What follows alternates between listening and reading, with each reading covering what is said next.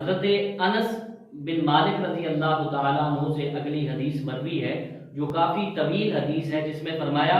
ثلاث فی ظل العرش یوم القیامت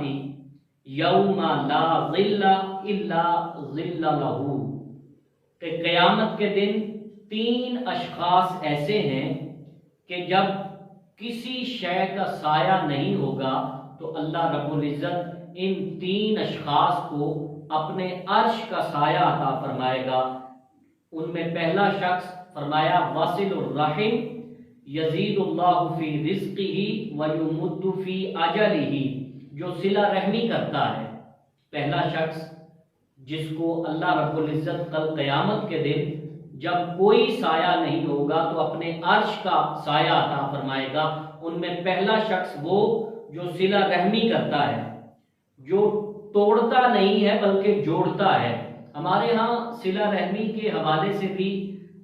مایوسی کی صورتحال رہتی ہے کہ ہمارے ہاں اکثر اوقات یہ دیکھنے میں آیا ہے کہ ہم یہ کہتے ہیں کہ تم مجھ سے 1 قدم دور جاؤ، میں تم سے 10 قدم دور جاؤں گا، جبکہ یہ اسلامی مزاج نہیں، یہ شرعی مزاج نہیں۔ اسلام تو یہ کہتا ہے کہ جو ٹوٹے اس کو ٹوٹنے نہ دو، اس کو جوڑ لو۔ اگر یوں کہا جائے تو شاید بہتر ہوگا کہ تم مجھ سے جتنا مرضی دور جاؤ، میں تمہیں اپنے سے دور ہونے نہیں دوں گا۔ تم جا کر تو دکھاؤ، میں تمہیں کبھی بھی اپنے آپ سے دور نہیں ہونے دوں گا۔ بلکہ نبی صلی اللہ علیہ وآلہ وسلم نے ایک دیگر حدیث میں فرمایا، حضور نے فرمایا کہ جو شخص یہ چاہتا ہے کہ اس کی لمبی عمر ہو اور وہ لمبی زندگی جیے۔ آج ناظرین کرام، آپ میں اور مجھ میں کوئی بھی شخص نہیں ہوگا جو لمبی زندگی نہ جینا چاہے، تو نبی صلی اللہ علیہ وآلہ وسلم کے اس نسخے پر عمل کر کے آپ بھی لمبی زندگی گزار سکتے ہیں۔ حضور نے فرمایا جو یہ چاہتا ہے کہ وہ لمبی عمر جیے، اس کو چاہیے کہ وہ اپنے رشتہ داروں کے ساتھ صلہ رحمی کرے۔ صلہ رحمی یہ ہے کہ جو ٹوٹتا ہے اس کو ٹوٹنے نہ دے بلکہ اس کو جوڑ دے۔ دوسرا وہ شخص جس کو اللہ رب العزت اپنے عرش کا ٹھنڈا سایہ عطا فرمائے گا جب کوئی سایہ نہیں ہوگا۔ فرمایا وَعِمْرَةٌ مَاتَ زَوْجُهَا وَتَرَكَ عَلَيْهَا إِتَامًا حَضَرًا وَقَالَتْ لَا أَتَوَزَّجُ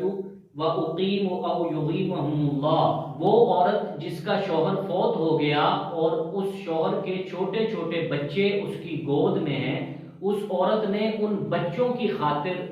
دوسری شادی نہ کی، ان بچوں کی پرورش کی، حتیٰ کہ یہاں تک کہ وہ بچے بڑے ہوئے